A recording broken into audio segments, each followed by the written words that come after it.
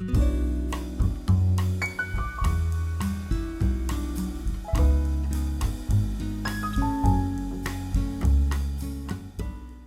buenas tardes.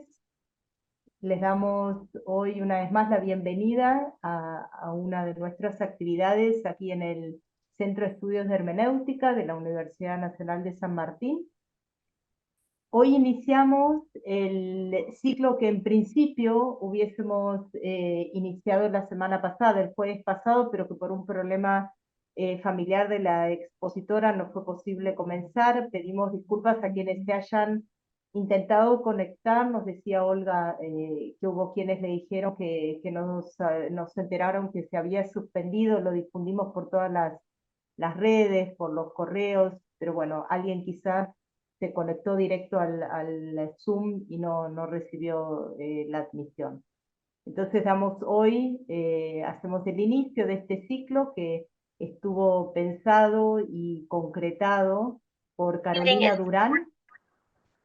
Entonces, Carolina, además de agradecerte, Olga, que hayas aceptado la invitación que te hiciera Carolina en su momento para participar hoy con tu presentación y luego en el cierre de esta actividad en una mesa redonda donde discutirán, conversarán todas las expositoras.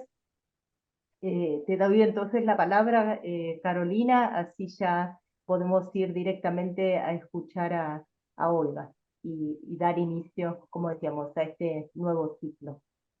Por Bueno, tu muy bien. lado, como vos ahora lo vas a decir, Dale, teología muchas gracias, feminista. Laura. Y No, por gracias, nada. Centro de Hermenéutica, por, por poder organizar este espacio. Bueno, este espacio pertenece a este ciclo pertenece a el Seminario de Hermenéutica y Espiritualidad, que es uno de los espacios dentro del Centro de Estudios de Hermenéutica. Es el ciclo denominado Teología Feminista, y hoy tenemos el gusto de escucharla a Olga Zenini, que su presentación se llama La doble creación de la mujer y sus consecuencias. Y voy a presentar mínimamente, muy mínimamente, a Olga. Olga es argentino-italiana, es la primera mujer en alcanzar el grado de doctora en Teología Bíblica en la Pontificia Universidad Católica Argentina. Pero también tiene estudios previos en Ingeniería Electrónica, en Psicología y en Ética Biomédica. Es investigadora senior en el Centro de Estudios de Historia de Antiguo Oriente y es parte del comité editor de las revistas Antiguo Oriente y Dancatum. Ha escrito varios libros y artículos sobre teología bíblica y es docente del posgrado en el Centro de Estudios de Egipto y del Medio Oriente. Así que bueno, nuevamente muchas gracias, Olga, y te escuchamos. Luego de que la presentación nos tomamos un ratito para algún comentario, pregunta, No, que por podamos hacer. supuesto, es lo más rico. Muchas gracias a ustedes por la invitación y por este espacio para poder compartir miradas distintas y siempre en un diálogo constructivo. Así que también yo quiero agradecer la invitación. Y para no seguir avanzando sin imágenes, voy a compartir la pantalla si empezamos a hablar sobre concreto del tema de hoy. ¿Les parece? Perfecto. Sí, perfecto. Bueno. Esperen que se ve completa. Sí, ahí está, perfecto. Bueno, entonces, como lo puse sobre el título, ante la propuesta me pareció que este tema podría llegar a aportar desde la hermenéutica elementos bastante interesantes, sobre todo porque los dos relatos de creación de la mujer que están en la Biblia, tanto hebrea como en las Biblias, distintos tipos de Biblias cristianas, han sido textos muy, no solamente fundantes, sino que han marcado una línea durante siglos de un tipo de modelo de mujer en base a unas interpretaciones de esos textos que vamos a ver que son bastante discutibles, no solamente desde el punto de vista de la interpretación, sino también desde el punto de vista mismo de la traducción, cosa que no es menor. Entonces me pareció interesante empezar con estos dos relatos como para introducir la temática y además, obviamente, al final abrir el espacio de diálogo, de preguntas que son siempre muy enriquecedoras para todos. Me pareció también necesario hacer un mínimo itinerario cómo voy a hacer la charla para que entiendan un poco la lógica de la presentación. A veces damos por sentado algunas cosas en el auditorio y no siempre está claro lo que queremos hacer y por eso me pareció necesario hacer este itinerario. En un primer momento voy a hacer una presentación de los dos primeros relatos de la Biblia, que son Génesis 1 y Génesis 2. En esos dos relatos hay dos relatos distintos de la creación del ser humano y ambos relatos tienen no solamente particularidades de lenguaje y obviamente problemas de interpretación, sino como dije, el estudio del lenguaje, tanto en los textos que tenemos disponibles en la versión hebrea como en la versión griega, también es objeto de debate por los problemas de traducción que tenemos con esos textos. Luego de la presentación de esos dos relatos, con simplemente puntear algunos problemas, porque obviamente los relatos en sí no son el objeto de la charla, sino que el objeto es la hermenéutica, voy a presentar dos formas de entender esos textos dentro de dos corrientes interpretativas muy establecidas, pero que tienen de alguna forma, aunque tengan un origen común, a lo largo de los siglos se han separado y los voy a proponer o las voy a presentar bajo un título de una, primero, interpretación tradicional, que es la más conocida y lamentablemente la más instalada en la forma de interpretar esos textos, con todo lo que eso condiciona para la imagen de el varón, la mujer y sus relaciones. Y también, después, en un tercer momento, presentar un tipo de interpretación que corresponde a una escuela hermenéutica también judía, propia del judaísmo helénico de Alejandría, que si bien es casi contemporánea en cuanto surgen de la interpretación tradicional y se empiezan a separar, sin embargo, esta hermenéutica alejandrina ha sido muy interesante y muy, si quieren, influyente en los escritos posteriores del cristianismo. Entonces, si bien las dos son interpretaciones que provienen del judaísmo, son, como vamos a ver, dos interpretaciones totalmente distintas que es necesario ver en los puntos en comunes y los puntos divergentes para poder entender algo de por qué estos textos han sido, particularmente en lo que es la hermenéutica alejandrina, tan, si quieren, negados y por haber sido negados, olvidados dentro de la transmisión posterior. Sin embargo, pese a haber sido negados y casi sepultados en el olvido, tenemos digamos, los ecos de la interpretación alejandrina de estos dos mitos, eh, también presentes en otros textos bíblicos hebreos. Entonces, aunque se quiera, digamos, relativizar la importancia de la hermenéutica alejandrina en el ámbito del judaísmo, sin embargo, cuando uno va a los textos bíblicos, tiene que reconocer que, aunque no están elaborados en los textos digamos, del núcleo teológico de la Torá, de la Biblia, que sería el Pentateuco, sin embargo, hay toda una corriente de libros, todo un grupo de libros fuera del Pentateuco al cual vamos a llamar por el momento libros sapienciales, que han recibido y elaborado posteriormente toda la hermenéutica alejandrina en categorías propias. Y por último, voy a brindar un ejemplo muy cortito. Es más que nada la presentación de un texto para que podamos charlarlo entre todos de cómo todo lo que sea, digamos, la información, lo que he presentado previamente en los 4 puntos anteriores, puede determinar un tipo de lectura u otro tipo de lectura sobre un texto que además es bastante conocido y usado, sobre todo en la liturgia del casamiento, en la iglesia cristiana. Así que voy a presentar, simplemente introducir estos 2 mitos, uno presente, como dije, en Génesis 1 y otro en Génesis 2, es decir, en el primer libro de la Biblia, en 2 capítulos sucesivos. El primero, acá simplemente planteo unos puntos como para que uno tenga una idea de las diferencias fundamentales entre la presentación de las dos creaciones. En el primero,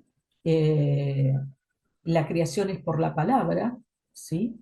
Hay una pareja primordial, no se crea al principio, o sea, la creación por la palabra dura 6 días, cada día se van creando distintas cosas a través de la palabra, y la última creación, el último momento de la creación, en el día sexto se crea una pareja primordial, ¿sí? Esta pareja primordial está creada a imagen y semejanza del Creador. Esto es muy importante desde el punto de vista teológico. Además se le confiere, además de bendecirla, se le confiere una misión que es, digamos, está encargada de regir el orden. El segundo mito, que parece sobreabundante, sin embargo no lo es un mito distinto donde la creación de la pareja primigenia es desde el barro, a ese barro, una vez que se moldea, como Dios lo moldea como si fuera un alfarero, y obtiene la imagen de un ser humano, le insufla en sus narices un soplo creador, no su propio espíritu, sino un aliento de vida, dice el texto. Y a partir de esa primera creación del varón, aparece una segunda creación de la mujer, que vamos a analizar en qué términos y con qué lenguaje. Y el texto aclara que están destinados a estar unidos, y el contexto en el cual se crea esta segunda, digamos, el contexto de este segundo relato es en el Edén, es decir, es un lugar mitológico llamado Edén. Bueno, veamos entonces algunas particularidades del primer relato. Yo voy a presentarlo desde la versión hebrea, para después ver en el segundo momento, cuando veamos la hermenéutica alejandrina, el tema del griego. No es todo el relato, simplemente son los 3 versículos que hablan sobre la creación del varón y de la mujer, de la primera pareja. Y el texto dice así: y dijo Dios, hagamos al ser humano a nuestra imagen, de nuestra semejanza, y manden en los peces del mar, y en las aves del cielo, y en las bestias, y en todas las alimañas terrestres, y en todas las sierpes que serpean por la tierra. Creó pues Dios al ser humano, a imagen suya, a imagen de Dios le creó, macho y hembra le creó. Los crió y bendíjolos Dios, y díjoles Dios: sed fecundos, multiplicaos, henchid la tierra y sometedla. Mandad a los peces del mar y en las aves de los cielos y en todo animal que serpea sobre la tierra. Bueno, yo solamente voy a tomar, para no extenderme mucho, dos pasajes de este relato, particularmente dos palabras, dos frases verbales que están acá, que es necesario hacer algún tipo de aclaración. Cuando el texto dice a nuestra imagen y de nuestra semejanza, el hebreo es bastante, digamos, críptico como para traducir, más allá de los problemas de traducción que impone una lengua tan diferente como las semitas de las latinas. Pero esta frase también se podría decir o traducir como aparece normalmente, esta es una traducción mía, pero también aparece traducido a nuestra imagen y a nuestra semejanza, o a imagen y como nuestra semejanza. Lo importante acá es que hay algo que llama la atención. Es necesario resaltar dos particularidades de esto que podría ser simplemente explicado como imagen o como semejanza, sino parece ser que el texto hebreo que se quiere, le interesa mucho resaltar que hay dos, digamos, aspectos de este ser humano primigenio que de alguna forma remiten al Creador y que están puestos bajo estos dos conceptos traducidos como imagen y semejanza. Hay ríos de tinta escritos sobre estos términos hebreos, sobre si tiene que ver con la naturaleza del ser humano, si tiene que ver con la forma física del ser humano, si tiene que ver con algún tipo de concepción religiosa detrás de estos textos. No nos vamos a detener en eso, lo que sí quiero comentar es que son dos instancias que necesitan ser resaltadas en el texto hebreo, y vamos a ver que eso tiene consecuencias para el griego. Y el segundo punto, no menor, es que cuando se crea la pareja, es una pareja que se crea y que el texto no dice varón y mujer, sino que utiliza dos palabras hebreas, zahar, una que iba macho y hembra, y son específicamente los sustantivos que eh, se utilizan para hablar de las especies animales, de los géneros en las especies animales, ¿sí?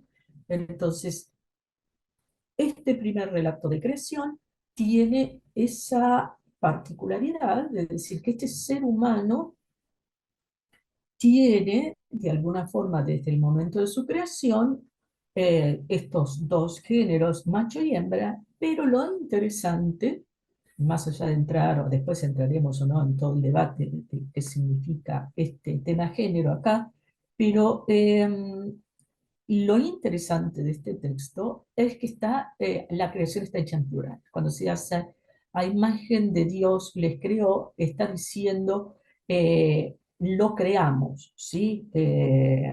Está usando un plural majestuoso, ¿sí? Entonces, de alguna forma está dando también por sentado que en esta creación lo masculino, femenino, macho y hembra está especialmente asignado como característica de la creación. Bueno, vamos entonces al otro relato. En el segundo relato de acción vamos a ver que hay dos momentos. No se crean el varón y la mujer al mismo tiempo, sino que se crea uno primero y otro después. Eh, Vamos a ver un minuto el relato de creación del varón y después el de mujer. Dice, entonces Yahvé Dios formó al hombre con el polvo del suelo, él insufló sus narices aliento de vida, y resultó ser el hombre un ser viviente. Luego plantó Yahvé Dios un jardín en Edén, al oriente, donde colocó al hombre que había formado. Yahvé Dios hizo brotar del suelo toda clase de árboles deleitosos a la vista, buenos para comer, y en medio del jardín el árbol de la vida y el árbol de la ciencia del bien y del mal. Bien, ¿por qué resalté esos dos, digamos, pasajes? Primero porque, como dije antes, en este relato no se utiliza otra palabra para hombre.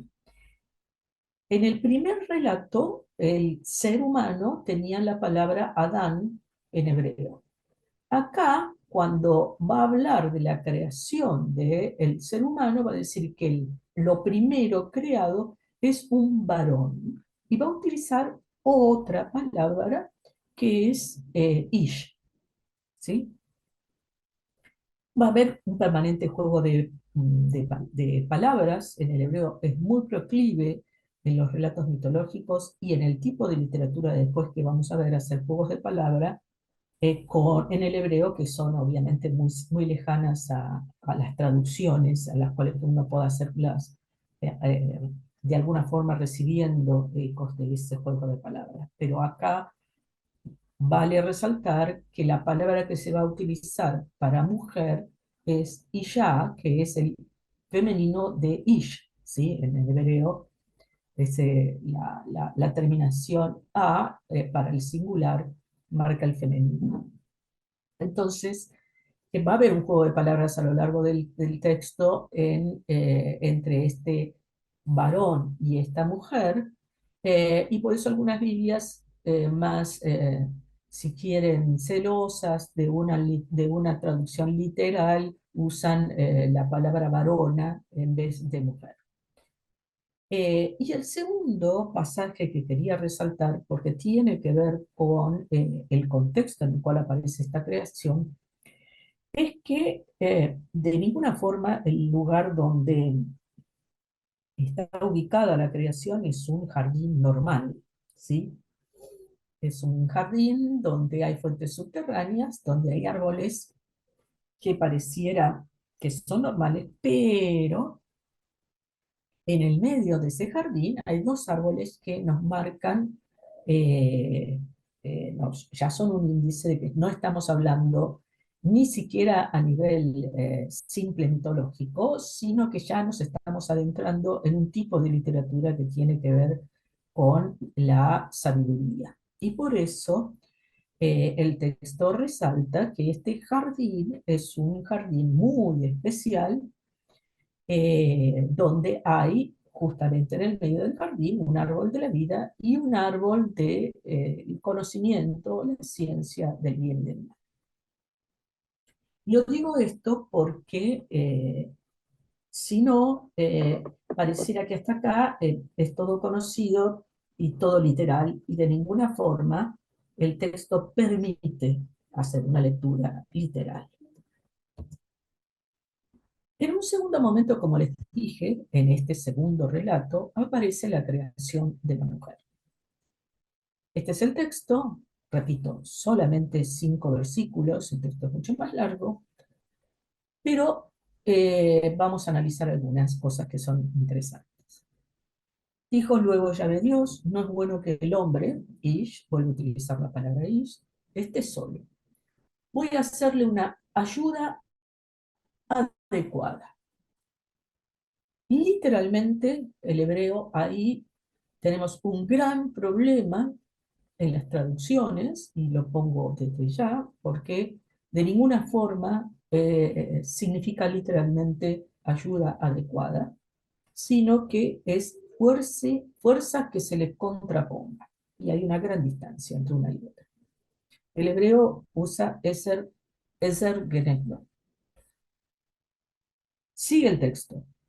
Y Yahvé Dios formó del suelo todos los animales del campo y todas las aves del cielo y los llevó ante el hombre para ver cómo lo llamaba y para que cada ser viviente tuviese el nombre que el hombre le diera. El hombre puso nombres a todos los ganados, a las aves del cielo y a todos los animales del campo, mas para el hombre no encontró una ayuda adecuada. Y vuelve a repetir la misma frase, ezer kenetlo. Entonces Yahvé Dios hizo caer un profundo sueño sobre el hombre, el cual se durmió, le quitó una de las costillas, literalmente no es costillas, sino es costado, rellenando el vacío, literalmente debajo, con carne. De la costilla que ya ve Dios, otra vez, del costado, que ya ve Dios había tomado del hombre, formó una mujer y la llevó ante el hombre. Entonces este exclamó, esta vez sí que es hueso de mis huesos y carne de mi carne, esta será llamada mujer, y ya, porque del varón ha sido tomada. Subrayo también la palabra tomada, la caja en hebreo, porque las interpretaciones más tradicionales, en vez de respetar la palabra tomada, incluso han llegado a poner creada en vez de tomada, cosa no menor. Veamos entonces, teniendo presente esos dos relatos, algunos elementos que nos van a servir como para seguir la lógica de la presentación. Ya vimos que los dos relatos son mitológicos y que no aceptan de ninguna forma una interpretación literal de los textos y mucho menos histórica. Sin embargo, en la interpretación tradicional, que es la que se ha conservado durante siglos, y aunque parezca mentira, es un tipo de interpretación que aún hoy se sostiene en algunos pasajes del relato. Hay una tendencia a hacer primero una especie de lectura literal en algunos aspectos y no tan literal en otros, y además una lectura, digamos, histórica o temporal, ¿sí? Digo histórica porque a estos, al quitarles el componente mitológico que estos textos tienen, se pretende que estos textos estén insertos en en la historia del mundo, ¿sí? Y por lo tanto, en la teología subsecuente, y a partir de ahí a toda la antropología resultante, hay un antes y un después de la creación del ser humano, y sobre todo un antes y un después del relato que va a continuar inmediatamente después, que es el famoso relato del pecado original. Eh, Como vemos, son todos textos mitológicos que de ninguna forma deben ser entendidos literal e históricamente, pero tenemos ese problema en la interpretación tradicional y, repito, en ámbitos académicos este problema aún sigue subsistiendo. Aunque se reconoce que son mitos, hay cierta tendencia en algunos círculos tradicionalistas a interpretar por lo menos literalmente algunos pasajes. Un tercer punto es que se identifica la palabra creadora con la sabiduría divina. Esto no está en el texto, esto proviene de la teología posterior. Es un tema necesario tener en cuenta. ¿Por qué? Porque va a ser muy influyente en la hermenéutica alejandrina y en los textos que vamos a ver en el cuarto momento, en todo lo que es la literatura sapiencial.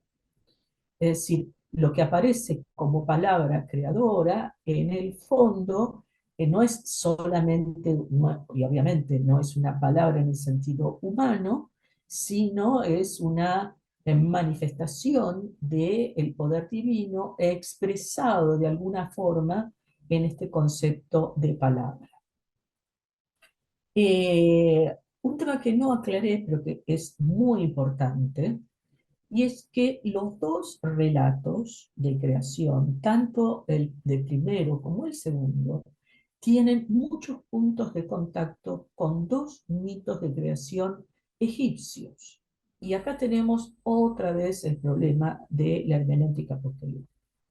Hay en el ámbito de la teología y actualmente, después de 20 siglos de cristianismo, sigue existiendo un cierto desprecio y negación por todo lo que venga de Egipto. Y esto se lo debemos a esa matriz del judaísmo, del cual Egipto es casi la mala palabra, es ese supuesto enemigo del cual hay que huir y es nefasto. Entonces, la mayoría de los estudios exegéticos sobre estos relatos de creación prefieren buscar parentescos con mitos babilónicos, sumerios, acadios o de otro lugar cualquiera menos de Egipto. Recién en las últimas, yo diría 30 años, se está empezando a aceptar que aquí atrás hay más elementos egipcios de lo que uno quisiera reconocer, porque además hay dos, digamos, algunas cosas singulares. No hay en ningún lugar de la historia de la humanidad otro mito de creación por la palabra que no sea el egipcio, siguiendo la teología menfita, y al cual, insisto, este texto le debe mucho, el Génesis 1, y segundo, porque la creación por el barro, si bien puede estar presente en los mitos babilónicos, sin embargo, el texto hebreo sigue un detalle que solamente se encuentra en el mito egipcio de creación también del ser humano, donde el dios, además de clamarlo sobre el barro, insufla en las narices su aliento de vida, su Ka, van a decir los egipcios, que es el que permite que el ser humano sea algo más que una carne inerte o un animal. ¿Sí? Hay un aliento ahí de vida que tiene que ser tenido en cuenta.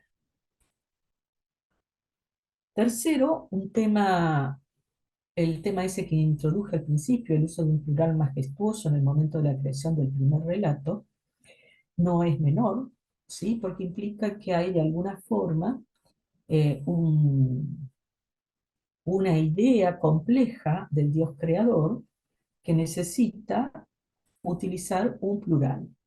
Si es o no un argumento estilístico, un elemento estilístico del lenguaje para resaltar, o hay un elemento teológico atrás, no lo vamos a debatir en este momento. Lo que sí insisto es que el texto tiene ahí un lenguaje muy particular que usa un plural en el momento de la creación, hablando de el sujeto divino, ¿sí? Es decir, nosotros hablamos. Otro tema es el macho y la hembra que han sido creados a un plano de igualdad en el primer relato. Sin embargo, las interpretaciones tradicionales que vienen sobre todo del segundo relato tienden a hacer de esta secuencia, primero creado varón y después creado mujer, utilizarlo como ciertos argumentos de algún tipo de condición inferior de la mujer desde el momento de la creación. Y otro tema también no menor, que implica sobre todo en el primer relato, es la misión a la cual se le confiere, esta misión de regir el mundo, que ha sido interpretado lamentablemente a lo largo de la historia en, en categorías de un dominio despótico, ¿sí? Es decir, sin rendir cuenta a nadie de qué clase de dominio hay ahí al cual se le ha confiado. Sin embargo, vamos a introducir entonces la interpretación alejandrina. Y me tengo un minutito porque el contexto histórico en el cual surge esta interpretación. El judaísmo, estos textos mitológicos del Pentateuco han probablemente terminado de redactarse en la época persa. Es decir, estamos hablando del siglo V a.C. Y así probablemente hayan quedado casi cristalizados, sí, después hubo algunas modificaciones, pero casi cristalizados en la época persa el texto hebreo. Pero resulta que la historia tiene sus sorpresas, sus vaivenes, y en el siglo IV irrumpe Alejandro Magno, con todo el pensamiento griego y con esta irrupción de lo griego por lo menos en la cuenca del Mediterráneo, sabemos que mucho más allá de la cuenca del Mediterráneo también. Entonces, a partir del siglo IV, finales del siglo IV, principios del tercero, la dinastía ptolomaica que está en Alejandría, en Egipto, muy, digamos, eh, dialogal con lo griego, decide traducir al griego el texto hebreo. Y esa traducción tuvo, para el momento, para la época, casi los mismos alcances, o digamos, uno puede intuir los mismos alcances de lo que significó la imprenta para Lutero. ¿Por qué? Porque el texto hebreo nadie lo podía entender, salvo gente muy especializada, clero muy especializado y formado, y obviamente centrado en Jerusalén, pero fuera de ahí eran muy pocos los que tenían acceso al texto hebreo. Entonces, que de repente apareciera una traducción al griego de los textos hebreos, permitió, entre otras cosas, la proliferación de las sinagogas, con un culto propio en las sinagogas, sin necesidad de ir al templo, evolucionando la teología y la liturgia del templo, y a su vez, detrás de cada una de estas traducciones, que se llamó Septuaginta o la 70, ¿sí?, hay una corriente de pensamiento que proviene de Egipto, que no está fundada por los Ptolomeos, ni muchísimo menos, porque hay una presencia de judíos en Egipto muy, muy constatada con elementos, digamos, con materialidades, desde el siglo VIII antes de Cristo. Es decir, hay un judaísmo en Egipto con ideas propias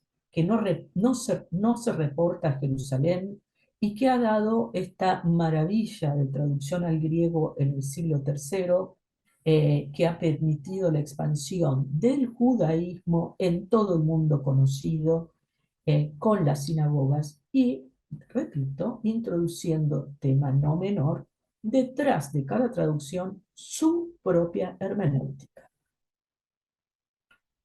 Y por eso hay una interpretación alejandrina instalada a lo largo y a lo ancho de la cuenca del Mediterráneo desde el siglo IV en adelante, que uno la tiene que conocer para ver cómo ha influido en todo lo que vino después de comprensión de los textos. Otro tema es que la distancia semiótica entre ayuda y adecuada y fuerza que se le contrapone, que no es menor, como vimos en el texto hebreo, va a ser elaborada en esta interpretación alejandrina en categorías de no oposición, sino complementariedad, ¿sí? Esta idea de la fuerza que se le contrapone no es una fuerza que está sujeta al, digamos, a los deseos del varón, sino hay una idea de balance entre el varón y la mujer. ¿Por qué? Porque cuando esta escuela interpreta las categorías de varón y mujer, lo hace en el contexto de un tipo de hermenéutica que, digamos, muy generalmente se la conoce como alegórica.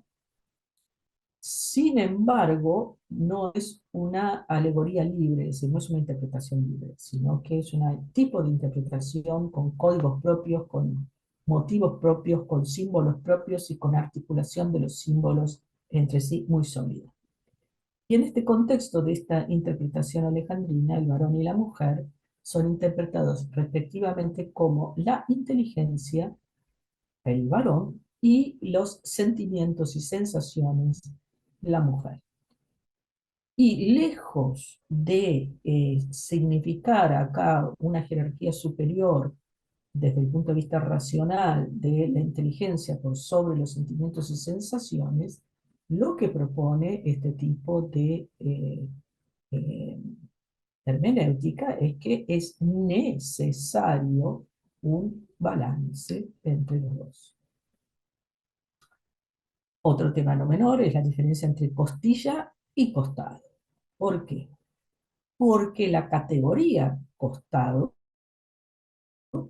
¿sí?, va a estar implícita en el momento, digamos, en los textos sapienciales cuando se hable de la sabiduría divina. ¿Sí? Esto que salió de la boca del Altísimo como palabra va a estar al costado de Dios permanentemente y desde el origen de la creación. ¿Sí? Entonces hay acá también un movimiento de que lo mismo que sucede en el ámbito divino ha sido trasladado a la creación del varón y de la mujer en el relato de Génesis 1 y Génesis 2.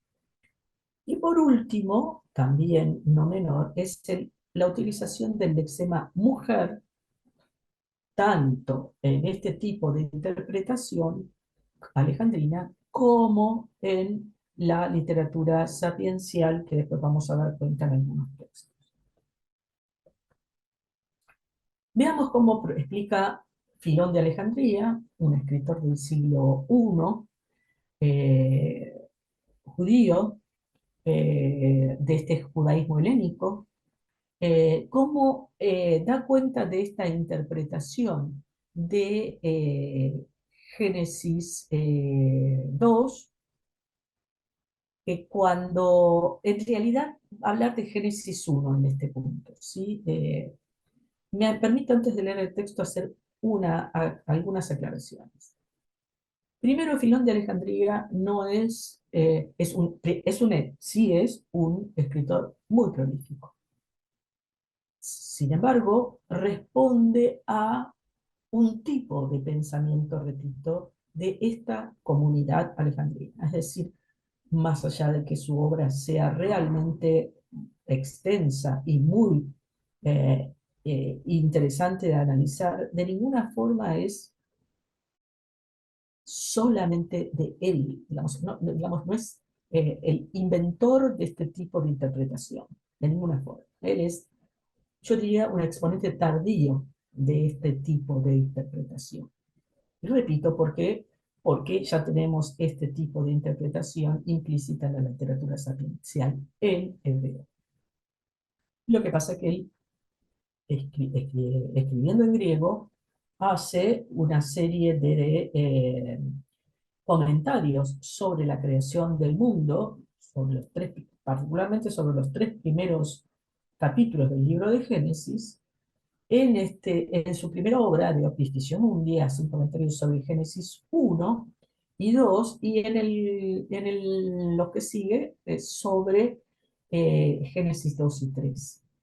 Y en su interpretación alegórica va a seguir, si bien pareciera utilizar elementos de la filosofía griega, si uno no conoce la religión egipcia, no entiende la importancia de, por ejemplo, las categorías de emanaciones, que después van a estar muy presentes en los escritos gnósticos, y que Filón la da por sentado en el movimiento este de la sabiduría al costado de Dios, ¿sí? No es algo que sale de Dios, sino que es algo que Dios de alguna forma emana, que es distinto, es distinto. Dentro, te repito, de toda esta cosmovisión egipcia, eso es fundamental, y es fundamental en Filón el tenerlo en cuenta. Vamos al texto entonces. Explica, ¿por qué habla de Moisés? Porque para él todos estos pasajes fueron escritos por Moisés y por eso les confiere el grado de estar inspirados. Filón ha leído la versión griega y sus comentarios sobre los textos dan cuenta de que él conoce las dos versiones, la griega y la hebrea. Por lo cual, su interpretación no es que está restringida al ámbito griego. Su interpretación es la de un judío culto helénico que conoce los dos textos y los dos idiomas. Y dice, Moisés, en cambio, merced a que alcanzó la cúspide misma de la filosofía y a que fue profundamente instruido por divinas revelaciones en los múltiples y más fundamentales conocimientos relativos a la naturaleza, comprendió que nada hay más necesario en lo existente que el que exista una causa activa y una pasiva, y que la causa activa es la purísima e inmaculada inteligencia del universo, superior a la virtud, superior a la sabiduría, superior al bien y a la belleza misma, en tanto que la pasiva e inanimada e inmóvil de por sí evolucionó, movida, configurada y vivificada por la inteligencia hacia la obra perfectísima de este mundo. Pongo un poco el contexto, porque el texto parece ser crítico. Filón está introduciendo lo que él considera por qué hay dos relatos de creación. En el primer relato, Dios crea algo así como el modelo en su idea, en su inteligencia, el modelo de la creación, ¿sí? Esta idea purísima, esa inteligencia purísima que es el creador, de alguna forma idea y emana de sí el modelo de la creación. Este modelo en Filón y después en la literatura posterior, sobre todo en la cristiana, en el Evangelio de Juan, es el logos. No me voy a meter en eso, lo que quiero decir es que Filón crea algo así como un estadio intermedio y explica que la creación, los dos relatos de creación, están puestos ahí porque han sido dos relatos de creación sucesivos. El primero se crea un modelo y el segundo es la plasmación de ese modelo en la materia inerte que lo recibe como sello. Entonces, el modelo que es Génesis 1, es el logos, y el Génesis 2, el varón y la mujer, están plasmados desde el modelo pensado en Génesis 1. Veamos entonces cómo interpreta Filón. Dice, si brindamos honra a la inteligencia como al Padre, de nuestro compuesto ser y a la sensibilidad como a su madre, nosotros, por nuestra parte, seremos bien tratados por ellos. Ahora bien, honrar a la inteligencia consiste en tributarle atenciones mediante cosas convenientes y no mediante cosas placenteras, y todo cuanto tiene su origen en la virtud es conveniente. A la sensibilidad, a su vez, fíjense que cambia de la inteligencia a la sensibilidad, a su vez, se le da la honra no dejándola lanzarse de un solo impulso hacia las cosas sensibles exteriores y sujetándola a las riendas de la inteligencia a la que tiene capacidad para dirigir como un piloto o conductor los irracionales poderes que hay entre nosotros. Si pues una y otra, la inteligencia y la sensibilidad, alcanzaran el honor de que he hablado forzosamente yo, que me sirvo habitualmente de ambos, resultare beneficiar. Y así, aplicando estas consideraciones, muy lejos de la inteligencia y la sensibilidad, acordar es el honor propio de un padre al creador del mundo y propio de una madre a la sabiduría, por cuyo medio llevóse a cabo la creación del universo, tú mismo experimentarás los beneficios. Bien, un minuto me detengo acá. Varón y mujer han sido creados, según Filón, ¿sí?, con esta idea no solamente de la carnalidad, ¿sí?, del macho y de la hembra de Génesis 1, sino también con la imagen y semejanza de Génesis 1, que en Filón también está desdoblada, asignándole al varón la inteligencia como símbolo, repito, como arquetipo. No me atrevo acá ni a defender ni a juzgar a Filón en el tema de género, porque él deja, por lo menos en este pasaje, muy en claro que debe haber una, digamos, complementariedad entre la inteligencia y los sentidos. representados en la mujer, la sensibilidad, los sentidos en la mujer. Por eso, y un poco volviendo entonces al tema del lenguaje, retomemos las detalles que me parece necesario resaltar. Cuando en Génesis 1 se usaba Ezer Kenetó, es decir, una ayuda adecuada, yo acá puse el cricket, ¿no? Pero bueno, es una imagen risueña, pero nos sirve para pensar. Hablar de ayuda adecuada en el texto permite dar por implícito y sentado y aceptado los matices de sometimiento y utilitarismo que esa traducción impone.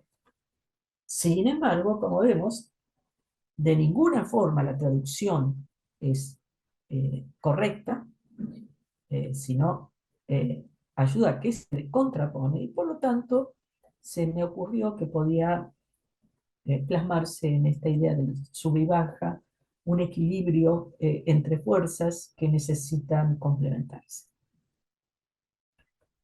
Y por otro lado, otra vez a resaltar que en la utilización en el segundo relato de varón de las características varón y mujer, no macho y hembra, sí tienen que ver con este segundo nivel de sentido abstracto donde está otra vez la inteligencia y los sentimientos llamados a una complementariedad. Acá no hay una reivindicación ni de la inteligencia ni de la razón por sobre los sentimientos, al menos no en este pasaje. Y otro tema no menor es el tema de la costilla o el costado, ¿sí? Acá puse también muy risueño este cuadro que aparece ahí, Adán totalmente dormido y la mujer no sabemos cómo está creada por Dios ahí de la costilla, pero otra vez repito, el texto no dice costilla, dice costado, ¿sí? Y con el costado, señores, está el corazón, que es universalmente el símbolo o la sede de las emociones y digamos, sentimientos. Por lo tanto, hay que estar muy, muy alerta en cualquier interpretación forzada de estos textos y prejuicios resultantes. Vamos entonces a entrar un poquito en el lexema mujer en la literatura sapiencial. Es decir, vamos a dejar ahora de lado los dos mitos para ver cómo esto ha sido, esta idea implícita en los dos mitos y también implícita en la tradición alejandrina, ha sido recibida y elaborada en otros textos hebreos, no griegos. Primero, este lexema mujer, es decir, cada vez que aparece la palabra mujer en este tipo de literatura, vamos a ver que tiene implícito o marca dos niveles de sentido en las interpretaciones que se puedan dar del texto. Obviamente la que tiene que ver con el varón, pero digamos, no es tanto el aspecto, es el que está presente, sino que el varón va a ser el género humano ahora, ¿sí? Y la mujer va a ser elaborada de otra forma, ¿sí? No es ni los sentimientos ni las emociones, como en Alejandría, sino que va a haber una elaboración de este lexema mujer como lo que se espera que el varón, no el varón macho, sino el ser humano sea. Es decir, de alguna forma, la mujer y el varón en su relación, y en la relación que establecen los textos sapienciales, están llamados a, obviamente, unirse, amarse, buscarse y trabajar juntos, pero todo esto está desarrollado en dos niveles digamos, de sentido implícito. Uno positivo y virtuoso y otro negativo y destructivo, que tienen que ver con qué tipo de figura de mujer vamos a estar dando por sentado, y otro segundo nivel, trascendente e inmanente. Acuérdense que la imagen de la mujer y la del varón venía de la sabiduría divina. Entonces, acá en este tipo de literatura va a estar presente estos dos niveles de sentido permanentemente. Por eso me permití pedir prestado a Greimas un cuadrado semiótico, y simplemente para puntear algunas ideas, en los textos sapienciales vamos a ver que hay permanentemente una oposición entre un tipo de sabiduría virtuosa, que es la sabiduría divina, y que va a estar eh, personificada incluso como una mujer en los textos, y tiene por enemiga, antítesis, a otra mujer, también personificada en los textos, como Doña Necedad. ¿Sí? Ambas, como vemos, son categorías abstractas, pero van a ser descritas como mujeres. Por lo tanto, va a depender de si nos mantenemos en el plano trascendente o en el plano inmanente, si entendemos esa mujer como sabiduría o el ser humano llamado a ser sabio o el ser humano decidiendo ser necio, o si nos mantenemos en un plano inmanente que tiene reflejo de esa oposición. Porque en el plano inmanente, si la mujer puede llegar a ser, si es virtuosa, una mujer, esposa, hermana o madre perfecta para el varón, o la otra, la extraña, la seductora, e incluso, lamentablemente, porque así abunda el lenguaje, la llaman meretriz, en el mejor de los casos, pero si no, ponen directamente la palabra prostituta, y así traducen, en vez de traducir el hebreo, que no dice prostituta, sino que dice extraña, otra. ¿Por qué? Porque justamente hay acá la idea para mí genial de establecer una relación, un triángulo amoroso entre este ser humano, varón y mujer, que debe decidir entre o un tipo de sabiduría virtuosa, esta mujer, esposa, amante perfecta, u otra tipo de sabiduría que no es sabiduría, sino que es necedad, encarnada en esta otra seductora, mal descrita como prostituta. El tema de la seducción es un tema central en la literatura sapiencial. Veamos cómo lo dicen algunos textos. Por ejemplo, cuando habla de la sabiduría, hablando de la sabiduría divina, el texto dice en primera persona, él está hablando de la sabiduría en el pasaje del libro de Proverbios, Yahvé me albergó en su seno al comienzo de su camino, antes que sus obras más antiguas, desde la eternidad fue fundada, desde el principio, antes que la tierra, cuando no existían los abismos, fue engendrada, cuando no había fuentes cargadas de agua. ¿Sí? Otra vez tenemos un gran problema con la traducción de estos textos, no menor, porque lejos de ser traducido como me albergó en su seno, se suele traducir me compró, me adquirió desde su seno, desde el seno, ¿sí? Desde el origen del camino. ¿Por qué? Porque el verbo hebreo, kanani, en este caso, es un verbo que suele traducirse como adquirir e incluso comprar. El griego no es así, ¿sí? Sino que habla más de esto, de albergar, de adoptar, tiene un matiz mucho más, digamos, emotivo, si quieren.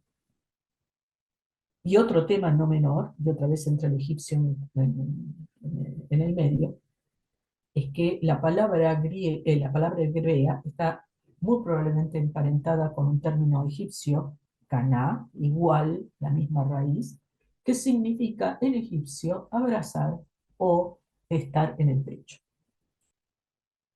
No es el único texto en el cual haya correspondencias, palabras asociadas del hebreo y el egipcio, así que no voy a argumentar sobre ese tema, simplemente quiero dar cuenta que de ninguna forma la sabiduría tiene que ver con algo concreto que sale del seno, sino es otra vez una emanación de Dios.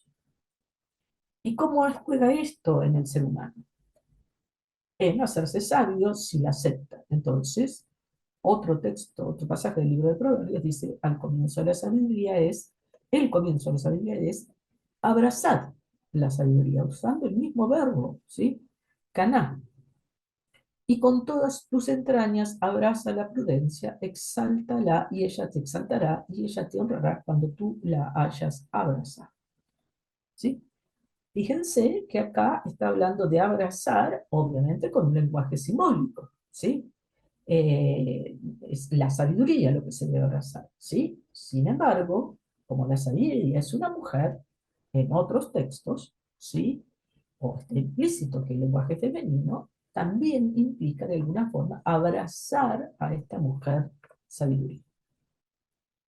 ¿Cómo describe el mismo libro a doña Necedad? Dice, la mujer necia es alborotada, todo simpleza, no sabe nada, y se sienta a la puerta de su casa sobre un trono en las colinas de la ciudad para llamar a los que pasan por el camino, a los que van derechos por sus sendas.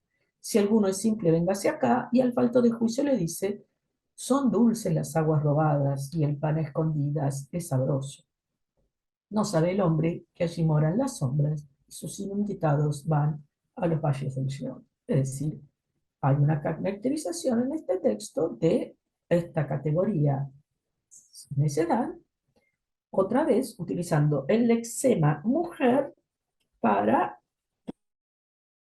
resaltar las categorías nocivas, perniciosas, de un tipo de conocimiento y de hábito que llevan al hombre por el mal camino, por los caminos de la muerte.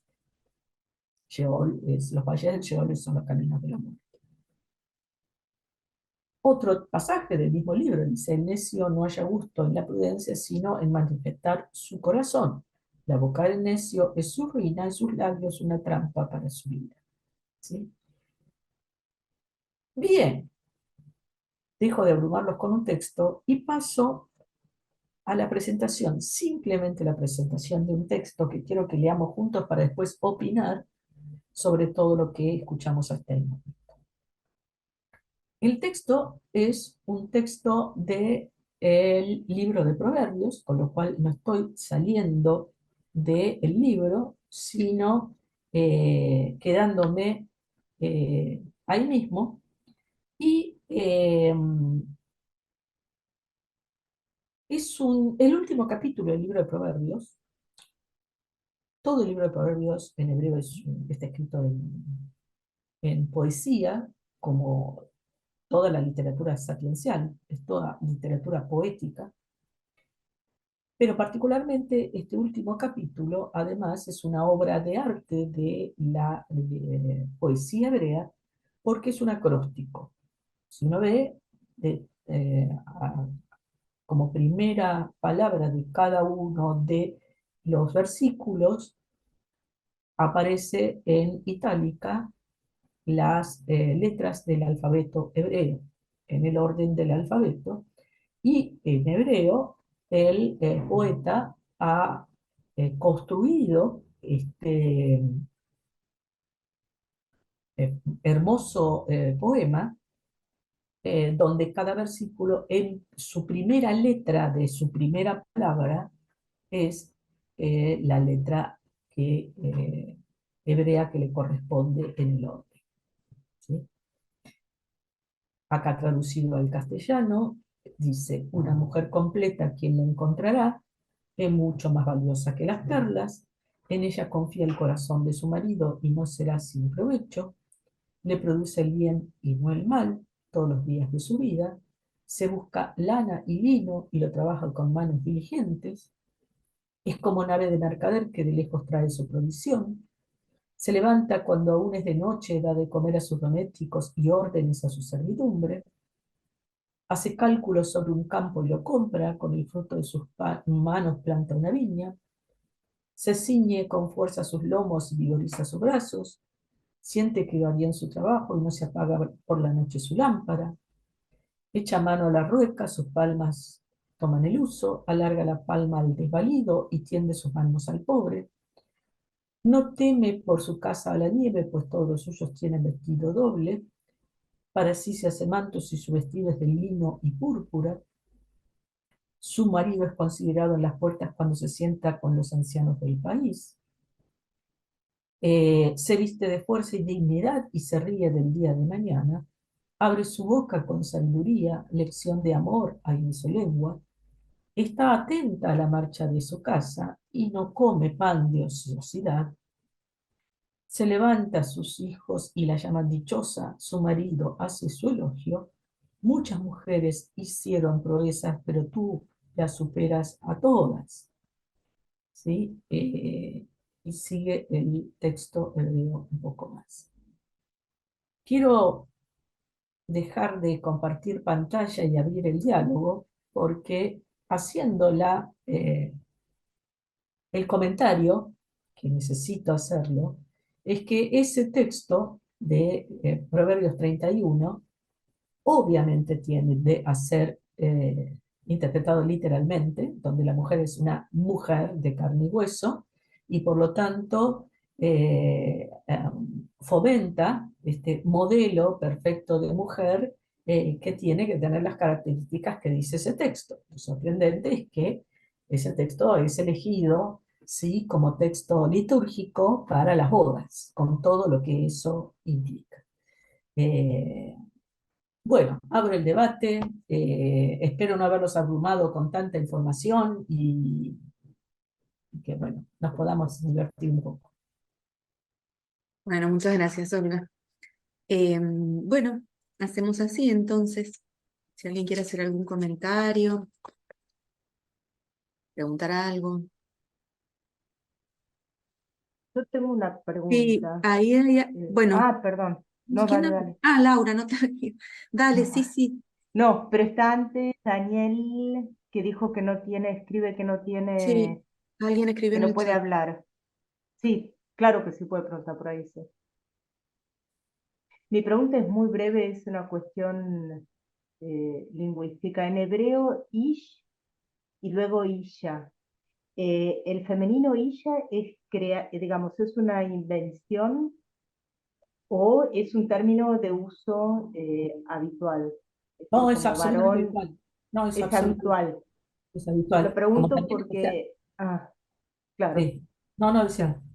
sí. Lo pregunto porque Lutero, en la traducción en la traducción de la Biblia, inventa el término menin, que es el derivado de hombre, es decir, es mujer, pero derivado de man, en vez de usar el término Frau. Ajá. Y en las anotaciones explica que es para traducir Isha. Entonces, en vez de usar Frau, él inventa, dice, para mantener la derivación de Isha, traduce Mani Menin, que es un término creado por él, ¿no? Ah. Inventado, por eso preguntaba. Sí, no, por eso te digo Mm. que a veces aparecen algunas Biblias que tienen la intención de ser más literales, varona, el término varona en vez de varón, digamos varón y varona.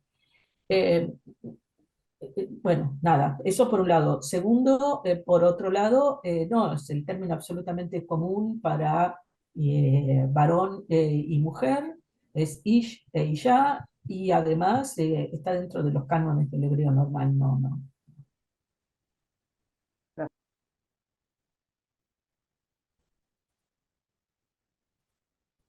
Pero digo, hablen, pregunten, ¿no? Porque no quise abrumarlos con tanta información para poder tener este espacio, digo, leer algunos textos literalmente, y por eso los traje a este espacio de hermenéutica. Una lectura literal en la Biblia puede, digamos, tiene sus consecuencias no menores en la cultura y en la ética, ¿no? Entonces, me parecía oportuno plantear algunos elementos como para estar alertas sobre algún tipo de lecturas que se imponen o que se dan por sentadas que no son así. Claro. Ahí escribió en el Daniel, chat una pregunta Daniel Colmenares que dice que no puede, no tiene micrófono, no puede hablar. La voy a leer. Dice, el rechazo de la influencia egipcia sobre el texto de la creación no se debe a que son textos post-exílicos. El término Isha también es esposa en los textos de la creación. ¿No indican relación alguna? no, el rechazo egipcio es un tema de la idea del judaísmo que venció, ¿sí? Primero del judaísmo normativo, podríamos poner alguna, ¿sí? Egipto en la Biblia es la mala palabra, es el lugar del cual se quiere huir, ¿sí? Es el enemigo del cual uno tiene que distanciarse permanentemente. Por lo tanto, ha quedado esta idea dentro del judaísmo normativo, que es el que ha vencido, que todo lo que venga de Egipto es malo, todo lo que venga o que tenga que ver con alguna eh, proveniencia de Egipto, hay que tomarlo con pinzas, hay que de alguna forma relativizarlo. Esto por un lado. Segundo, y es que históricamente el judaísmo normativo eh, terminó siendo rabínico y por lo tanto adoptando un tipo de lectura literal de los textos, eh, como la que yo puse tradicional, pero además un tipo de moral muy legalista. Entonces, que no, como vemos, no tiene nada que ver con lo egipcio, nada que ver con lo egipcio desde el punto de vista alejandrino. Y tercero, que a medida que se fue separando el judaísmo palestinense, el normativo, del cristianismo nacente, en los primeros, sobre todo, 4 siglos de la era cristiana, a medida que se fue separando, todo lo que vino de la tradición alejandrina fue considerado, digamos, fue rechazado por el judaísmo normativo. Entonces, justamente en este afán de separarse de las lecturas que sí eran aceptadas por el cristianismo, porque la Septuaginta en el cristianismo ha dejado huellas por todos lados, eh, la idea de oposición que ya existía con Egipto se trasladó al judaísmo alejandrino. Entonces, a mí me ha pasado, sorprendente, siglo XXI, encontrarme con rabinos muy abiertos de mente, no muy ortodoxos, sino muy abiertos de mente, decirle que Filón de Alejandría no es judío, no era judío. Entonces, a ese nivel, rabinos muy, te repito, muy abiertos de mente. Entonces, acá también hay todo un tema de prejuicios en la interpretación que ha sido trasladada a lo largo de los siglos, digamos, influenciada por la tradición que terminó venciendo. Y lamentablemente en el ámbito del cristianismo son herederos de todo esto, ¿sí? Porque aún habiendo sido influenciados tanto por la Septuaginta, se ha polarizado tanto el debate contra el judaísmo que se ha sepultado en el olvido toda esta tradición tan rica de comprensión de los textos. Recién ahora, en los últimos 20, 30 años, otra vez, está surgiendo un interés y una revisión por Filón y por la literatura helénica, de judaísmo helénico, ¿no? Así que cuando hablamos de exilio, posexilio, esto no tiene nada que ver con la datación de los textos, ¿sí? Tiene que ver con los prejuicios entre dos tipos de judaísmo que han generado dos tipos de literatura distinta, pero que sin embargo, aunque no la quieran leer de esa forma, la literatura eh, digamos, la literatura sapiencial que está en la Biblia hebrea, canónica para los hebreos, ¿sí? La que se lee en los oficios sinagogáis actualmente, ese tipo de literatura algunos libros, dan cuenta que conocen muy bien la interpretación alejandrina y que la han elaborado siguiéndole los cánones de la interpretación alejandrina en la figura de la sabiduría. ¿Sí? Han interpretado el mito de creación como lo que interpretaban los judíos, egipcios, helénicos, durante 3 siglos antes de la llegada del cristianismo. Bueno, Lucía Riva tiene la mano levantada. Sí. Si querés abrir el micrófono. Hola Olga, buenas tardes. ¿Cómo estás, Lucía? Bien, gracias. No se te ve la A ver, cara, no se te ve la cara, muchos estás muchos. Olga, te hago una pregunta. Vos dijiste que este poema de Proverbios es muy hermoso y que lamentablemente se interpreta literalmente, entendiendo no esta mujer como representando la sabiduría, sino a las mujeres concretas, y por eso todo lo que supone, más aún cuando se lee en momentos de bodas, por ejemplo. Estoy bastante afónica, disculpa. Mi pregunta va en que, ¿por qué lamentablemente se utiliza la imagen de la mujer en estos textos hebreos, el símbolo de la mujer, para hablar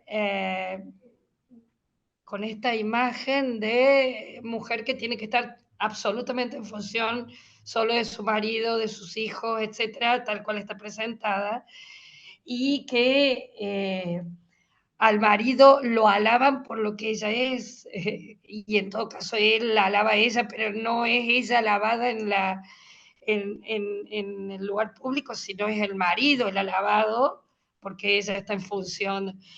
Y lo digo también porque, por ejemplo, esto de la prostitución que hablabas en otros textos, como el de Oseas, el pecado más grave para Israel, que es la idolatría, está representado con el adulterio de la mujer. Entonces, digo, como los símbolos no son cualquier símbolo, se elige el símbolo en donde la mujer queda mal, digamos, o puede ser utilizada para ser sometida, digo. ¿Se entiende la bien. pregunta? Sí.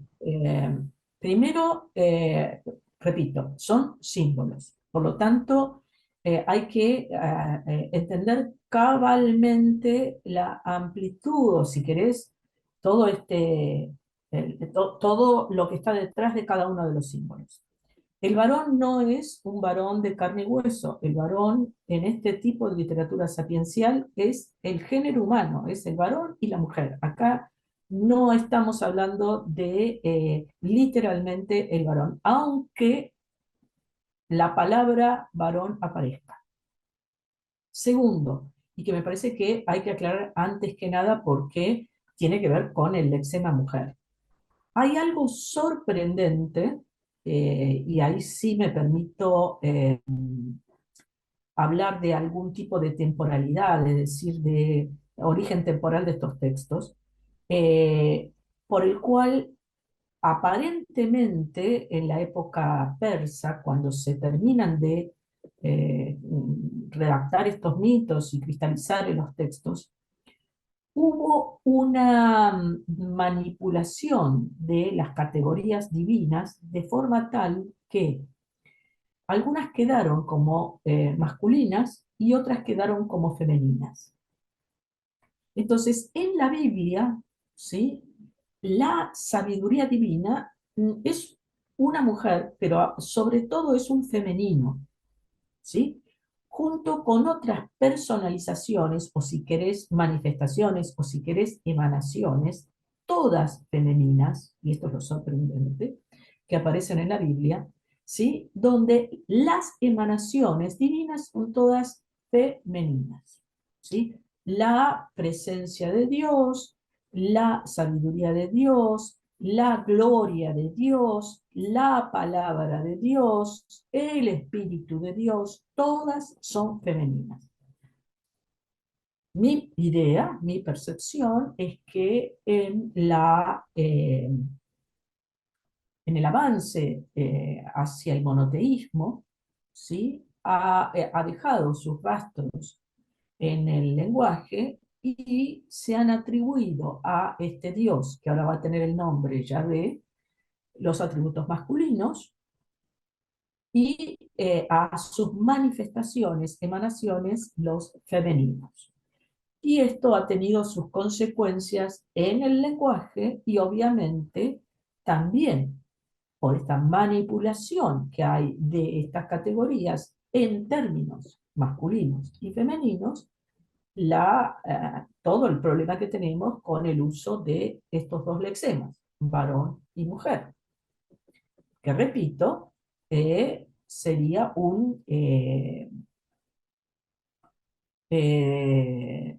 son los dos lexemas, ¿sí? Porque estamos hablando de símbolos muy complejos. Entonces, la mujer es un lexema que incluso funciona para Dios en la categoría de emanación, ¿sí?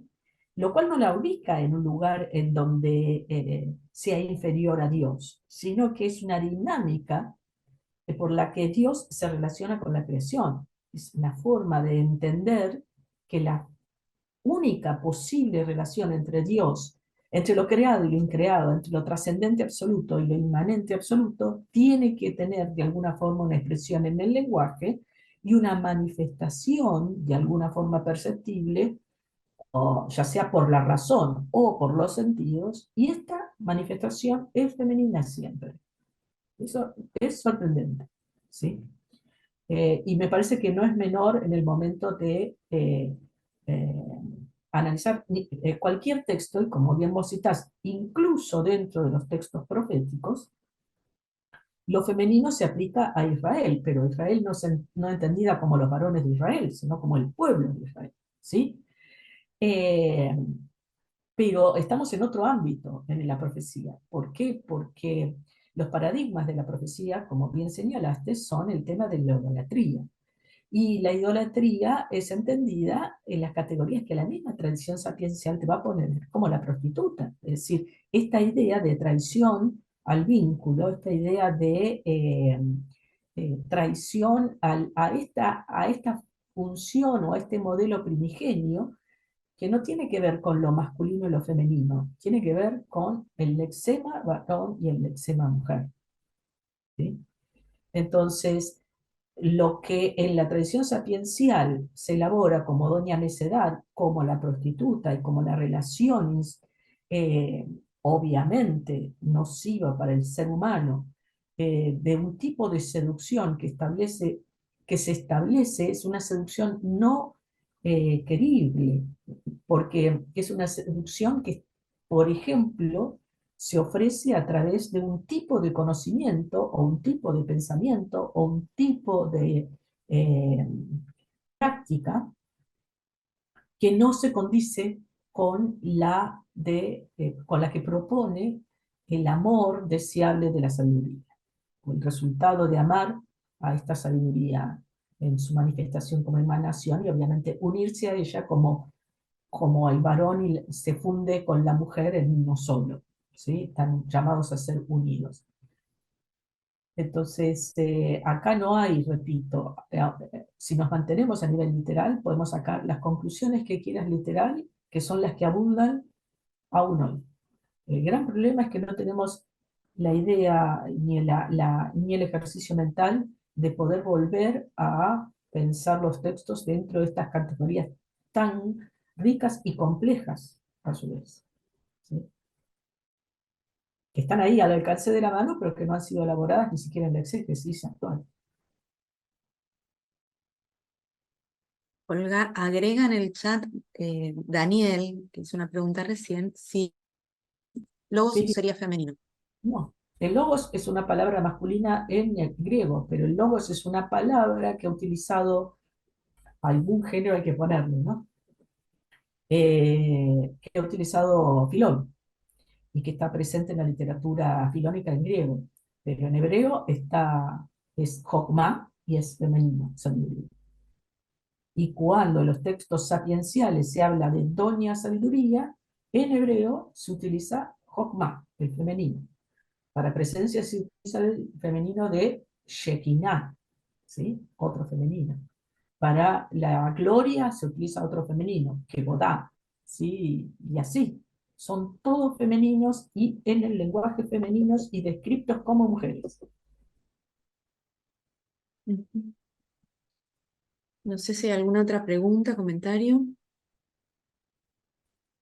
Yo quisiera hacer una pregunta. Sí, Carlos. Bueno, muchísimas gracias. No, por favor. En realidad son dos preguntas, pero comienzo por esta. Eh, en relación a todo ese campo semántico que habla de Dios y de sus apariciones, como la Shejinah en el Tanaj, que es el costado femenino de Dios, digamos, ¿no?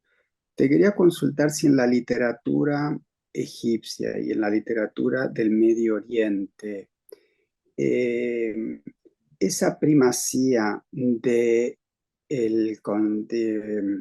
la imagen de Dios como varón, digamos, o como masculinizado, ¿es lo primario o es posterior? Porque pensando en alguna literatura eh, de más babilónica, digamos, incluso de la diosa blanca, de la diosa. Y pensando también en esta en esto que es casi fenomenológico, fundamental, y es que la mujer es dadora de la vida. Y por tanto, si a alguien habría que identificar, si alguno de la pareja habría que identificarlo con la divinidad, es con la mujer, porque es quien representa, al menos eh, en una simbología más tradicional o original, o que representa quien otorga, quien da la vida, ¿no? Entonces te pregunto si eso, porque hablaste allí en un momento en la medida en que vamos camino al... Fue consolidándose como, como una especie de alianza entre distintas facciones del judaísmo, con lo cual cada uno aportó lo suyo, ¿sí?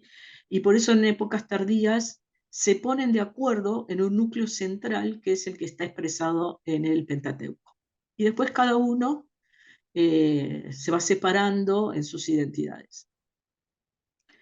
En este contexto de esta evolución, el judaísmo egipcio, o si querés, yo diría más precisamente, la influencia egipcia sobre el origen de los textos y de la identidad judía en Palestina no es menor. Egipto nunca se fue de Palestina. Hay templos egipcios funcionando en Palestina en el siglo IX a.C., cuando nos dicen que el único templo era el de Salomón en Jerusalén, más o menos, ¿no? Y tenemos templos egipcios en la puerta de Jerusalén funcionando en el siglo IX. Entonces, el tema egipcio es un tema que hay que reverlo por todos los lados, ¿sí? Porque ha dejado sus huellas en la arquitectura, en el lenguaje, en la religión, en la liturgia, ha dejado por todos lados huellas. Egipto, en la Biblia, en la Biblia. Entonces, la idea de Egipto como el enemigo tiene que ver mucho con esto. Es decir, es tan fuerte y ha sido a lo largo de tantos milenios, y particularmente en Palestina, la influencia que Egipto ha desarrollado a lo largo de la Edad de Bronce, increíble, pero también durante la Edad de Hierro, que ha impregnado desde los orígenes la identidad de Israel, como pueblo, como religión, como todo. Y hay un tema que no es menor y que hay que agregar a todo esto, y que recién está siendo, digamos, de alguna forma incluido en los estudios bíblicos, pero yo te digo que sin mucho eco todavía, y es que recién hace unos 30, 40 años se empieza a reconocer que el lenguaje hebreo, y particularmente todas las lenguas semitas, están emparentadas con todas las lenguas egipcias, formando un tronco en común de lenguas que es el afroasiático. Y este tema del afroasiático no es menor, porque ha habido en Palestina durante milenios por lo menos un cúmulo de palabras y de conceptos expresados con con la misma raíz, tanto en egipcio como en hebreo, gracias a esta matriz común de lenguaje afroasiático. Y cuando hablo de una matriz común, significa que hay palabras como las que mencioné, por ejemplo, Caná, y otras muchas más, incluso presentes en la liturgia y en los textos y en el templo, de utensilios que se describen con las mismas palabras en egipcio que en hebreo. Entonces tenemos un problema, porque no queremos reconocer lo egipcio. Y cada vez que se avanza más en los estudios bíblicos, nos empezamos a dar cuenta que lo egipcio no es que estaba ya tirado y que entró por la ventana, no, estuvo presente, impregnando desde el principio todo, y está mucho más presente de lo que uno se imagina en la religión también, en la religión judía, mucho, en los textos ni que hablar. Seguramente conoces mejor que yo ese texto que hizo tanto ruido de este egiptólogo alemán, Moisés el egipcio, ¿no? Sí, no lo leí, lo conozco de nombre. Pude leer decime. Que digo él, y en esa obra y en otras, donde incluso contesta a las réplicas que se le han hecho, él insiste justamente en esta idea, que los inventores del monoteísmo fueron los egipcios, no fueron los judíos, sino fue el pueblo judío. La influencia de Egipto sobre el judaísmo, para poner un nombre, digamos, sobre ese pequeño pueblo con quien compartían los egipcios ahí en Egipto, que luego llamamos nosotros judaísmo, para ponernos de acuerdo, pero más como bien dices, más por ignorancia nuestra que por otra cosa, que fue la invención egipcia la que empujó al pueblo judío a transitar hacia el monoteísmo, digamos. Ahora, y entonces ese tránsito al monoteísmo, entiendo de lo que dices, que significó muchas pérdidas, ¿no? Ahora, la otra pregunta que yo quería hacerte en vinculación con esta, y no te robo más tiempo, y es, nosotros podríamos decir, un poco para simplificar, que vivimos como leemos, pero también leemos como vivimos, ¿no? Es decir, que interpretamos los textos según cómo vivimos. Solo la interpretación del judaísmo alejandrino tuvo influencias de las prácticas del contexto social o podemos saber algo de eso para esa reinterpretación que hacen ellos de los textos bíblicos. Sí, por supuesto. Por ejemplo, digamos, al ser helénicos y una sociedad mucho más globalizada de lo que uno se imagina, porque el judaísmo en Alejandría tuvo un núcleo de intelectuales muy interesante, pero de ninguna forma solamente confinados a la época griega, ya existían desde antes, ¿sí? Y las prácticas sociales en Egipto tenían otra cosmovisión. Digo, por ejemplo, el divorcio y las actas de divorcio, uno tiene cualquier cantidad de testimonios de actas de divorcio de judíos entre sí, ¿sí? Pero además dentro del judaísmo, actas de, contratos matrimoniales. donde la dote le seguía perteneciendo a la mujer una vez que se divorciaba, ¿sí? Entonces, si me preguntás particularmente de este tema masculino-femenino, ¿no? Ya en otros temas tiene otros alcances. Para darte una idea, algo que sorprende cuando lo cuento, pero que no es un tema menor, uno de los oficios más prestigiosos que tuvieron los judíos en Egipto, y lo tuvieron desde mucho antes de lo que uno imagina, del periodo griego, es ser mercenarios para los egipcios. ¿Sí? Mercenarios para los egipcios en Palestina, peleando para los egipcios contra los lágidas. ¿Sí? Entonces, acá tenemos que sacarnos un montón de esquemas y ya ahí entramos en el tema de la agenda investigativa, porque digamos, no hay ningún interés por parte de ciertas universidades donde están interesadas en el estudio del judaísmo, donde este tipo de agenda tenga un espacio y un tipo de promoción. Somos nosotros, yo diría más, los cristianos católicos, que nos importan mucho los textos de la Biblia griega, los que tenemos una sensibilidad mucho más abierta a lo egipcio que lo propiamente judío, ¿no? Pero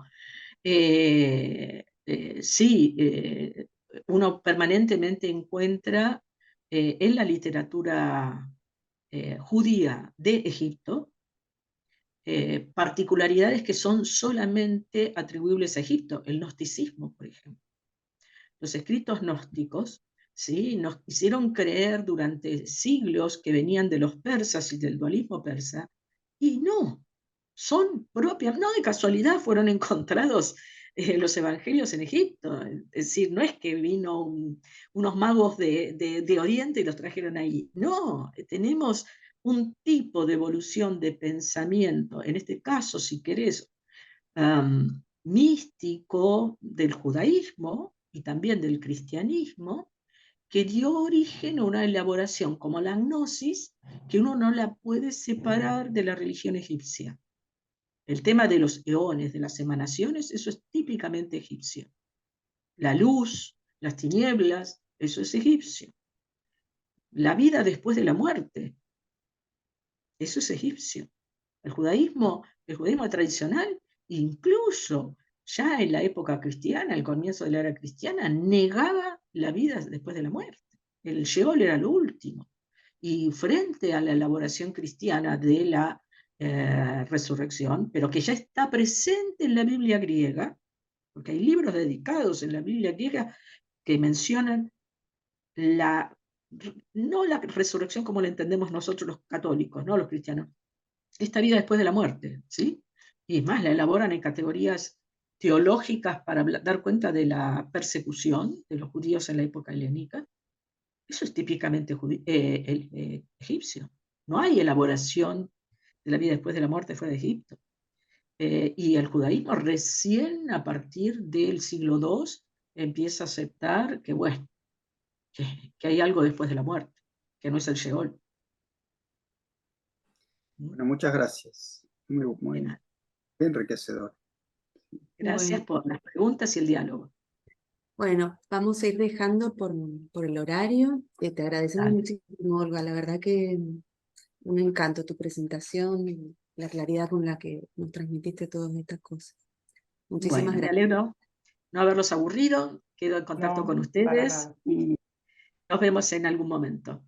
Gracias. Bueno, te invitamos a venir el jueves que viene si querés, y por supuesto en la última, esto Carolina ya lo coordinarás bien. Ah, Pero, bueno, sí, pero nos contactamos claro. por Zoom, sí. Sí, Sí, sí, sí, sí, sí. sí, por el mismo enlace, todo les va a llegar la Ah, invitación. perfecto. Bueno, Bueno, Bueno, Nos gracias. vemos. mensaje de agradecimiento. Gracias a quienes se Gracias, conectaron Olga. también. Chao, chao. Por favor, nos Chao. vemos. Gracias, Caro.